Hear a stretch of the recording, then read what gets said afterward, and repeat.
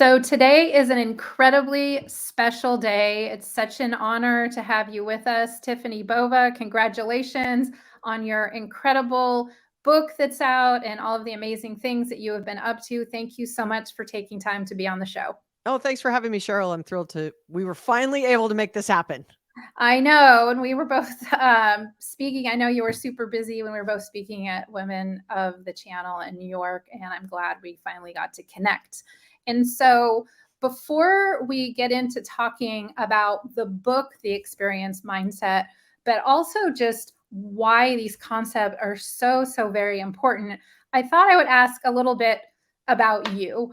I haven't known you that long, and it seems like you've always been successful. But could you let us know, what inspired you? Was it a direct path, to success, or what inspired you to greatness, or what was difficult that inspired you to overcome? And, can you tell us a little bit about that and about your journey?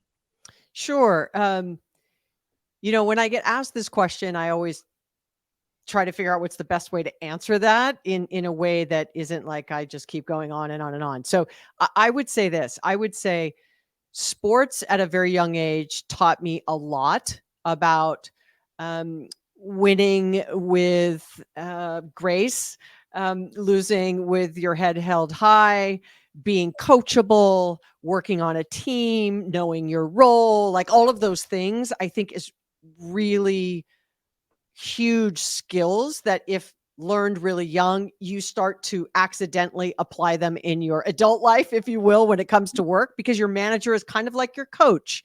Your peers are sort of like your teammates.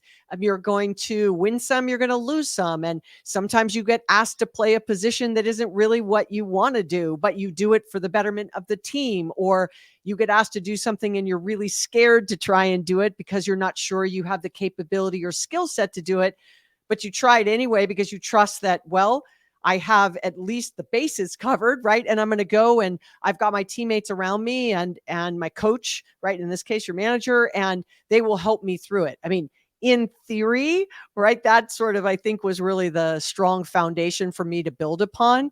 And it really allowed me when I got into the business world to understand that I was pretty good at something, i.e. selling. I really enjoyed technology, and that was kind of my entry point. And I didn't know where it was going to take me, but I was always like, put me in, coach, right? Kind of wherever you want me to be. And I'll figure it out along the way. And even if I didn't have a manager who really played that role of a coach, and maybe the rest of my peers were not great teammates, it still fostered an environment for me to grow. So I appreciate that from the outside, it might look like it's always been success, but there were a lot of linear moves, lateral moves, moves down, moves up. I changed jobs quite frequently in my 30s. But I will tell you that once you find sort of your superpower or what really excites you, then you can start to make huge investments in yourself on how do you get better at that? And how do you continue to stay curious in that? And how do you amplify that within your network and get support from those around you who may not be your boss, may not be on your team, but ultimately see more in you than you do in yourself? And I think that that's always been my philosophy, and it's served me well. Doesn't always work, but if it works more than it doesn't, then you'll keep sort of moving forward over time.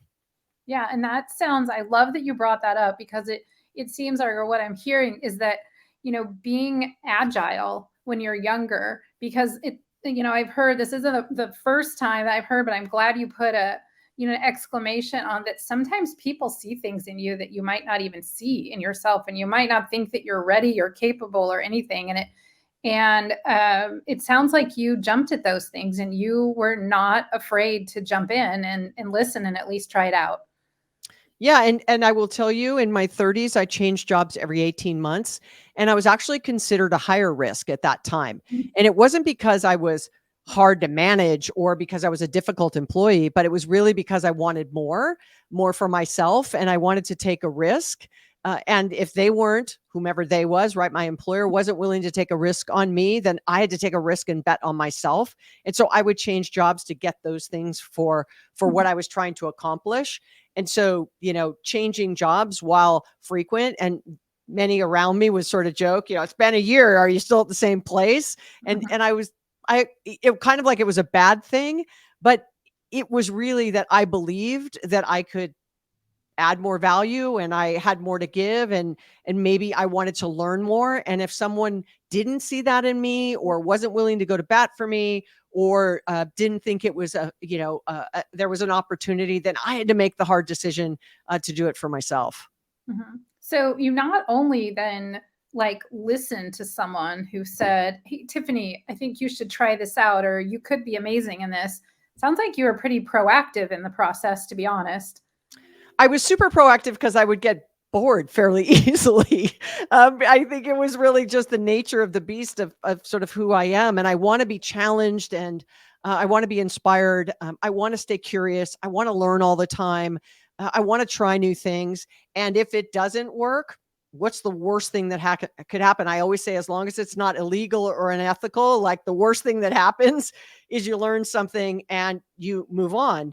And so I think it was both things. But I, over time, worked hard on my confidence muscle, which is sort of a term I use all the time, that if you want to lean on a skill set you have and you haven't been working that skill set out, it's very hard to pull from it when you really need it. And so it's like going to the gym, right? You start with 2 pounds. You can't just pick up 50 pounds.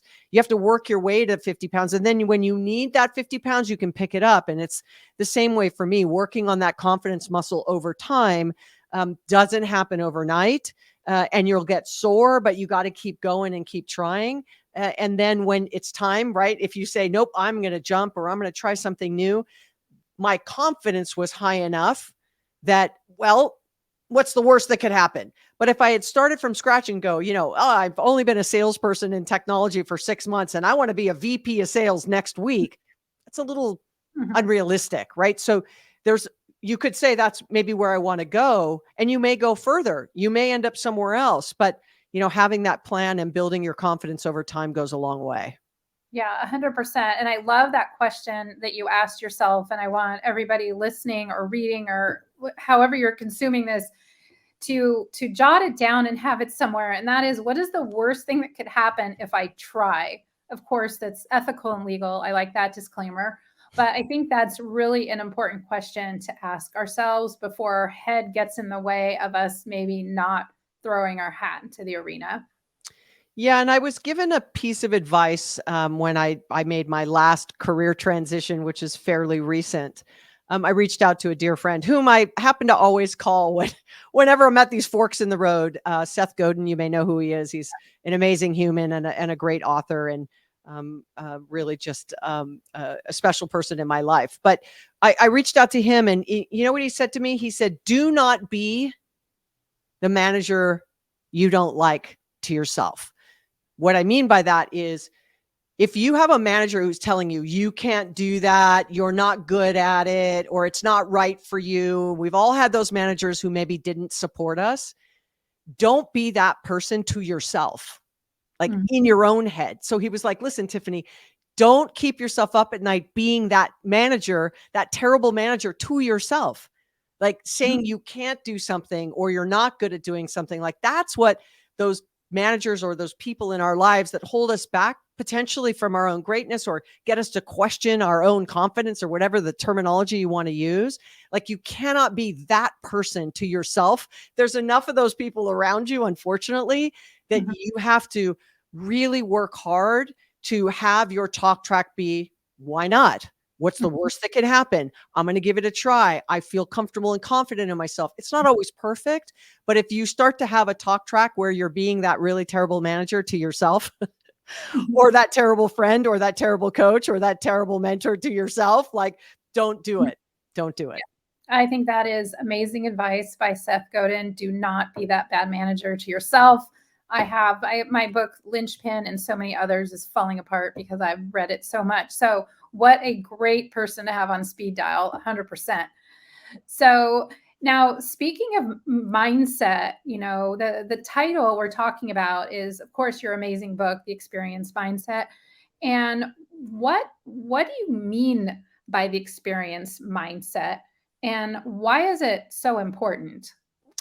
Well, I was fortunate enough to work for Gartner a number of years back, and it was all the way back in 2008. I was part of a team that made the prediction that we believed customer experience was going to be the next battleground. We actually believed that chief marketing officers were going to spend more on technology than chief information officers. And when we said that back in 2008, everyone thought we were crazy. But the Microsoft, SAP, Oracle, and Salesforces of the world all went out and bought marketing technology companies to get their hands on that capability to try to capture more of the spend from the organizations they were already selling into. Why we believe that was because we believed that experience, online and offline, was going to become as important as the products and services that companies were selling. Now, once again, this is 2008, 9, 10, 11. We're in 2023. We're still talking about how important customer experience is. And so I've been sort of watching it and studying it and understanding and advising some of the largest companies in the world, as well as startups, on how to really lean into using experience as a competitive advantage. But my first book, Growth IQ, had 10 paths to growth. And the very first path was customer experience, right? True north is your customer, live and die on the hill of your customer, do whatever they ask you, right? It's the power of everything I was just saying. What I ignored almost completely in that first book was the employee experience. That in order to deliver these compelling and meaningful customer experiences, you have to have employees that are satisfied and engaged, willing to collaborate, go the extra mile, not only for customers, but for internal customers and teammates and peers. And it was a miss in Growth IQ. So the experience mindset was kind of the 11th path. It was more of a look, we have to have a mindset that if we are going to do something for the customer, let's not forget about the implications, either intended or unintended, to the employees who then serve those customers. So it was a mindset shift. This isn't about investing in new technology. This isn't about a new strategy. This is really about a new operating philosophy. And the mindset of, if we do for one group, we need to make sure we don't negatively impact the other group, i.e. customer versus employee. And so I didn't want it to be anything more than that mindset shift, and why it was important, how it would manifest itself, what the value of doing that was.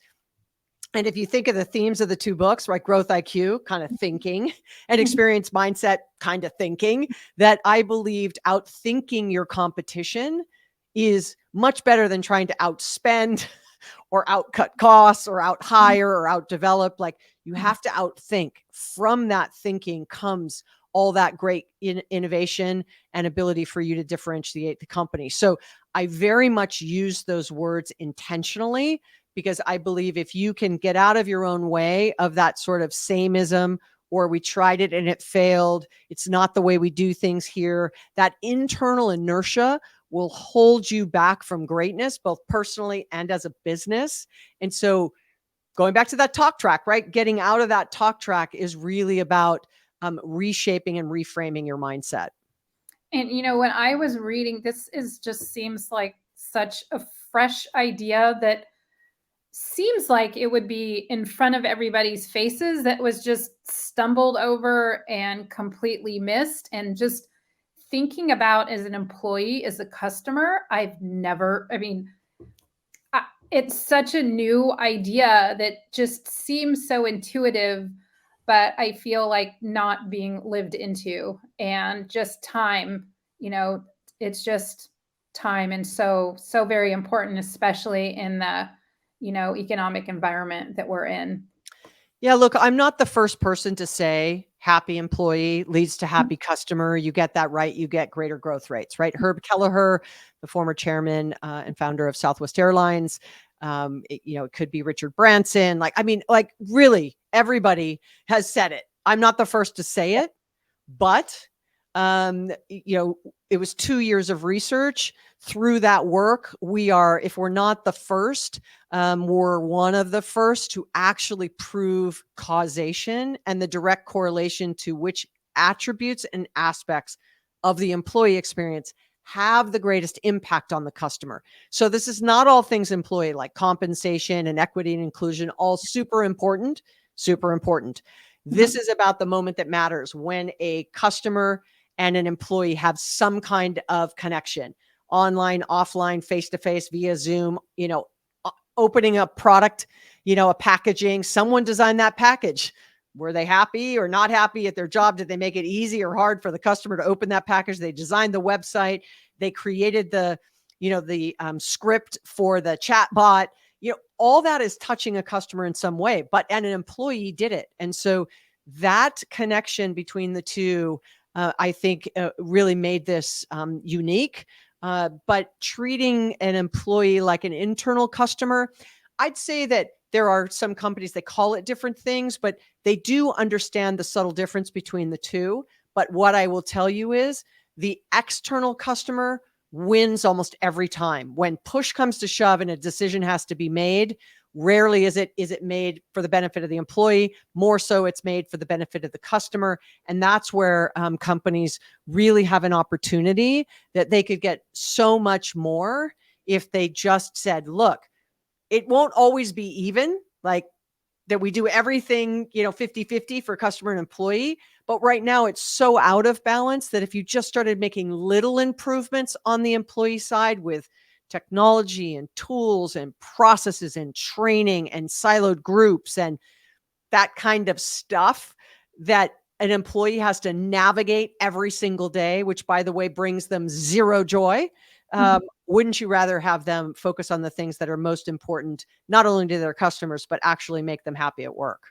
Yeah, 100%. And I feel like it's a new look. Like you said, it's something that might already, be out there, but also some tactical strategies of things that companies can sink their teeth into and implement real change rather than conceptually have an idea.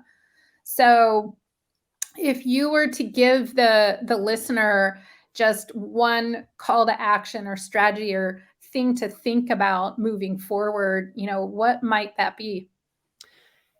So I have 3. Never one. Okay, you're an overachiever. That's okay. Yeah.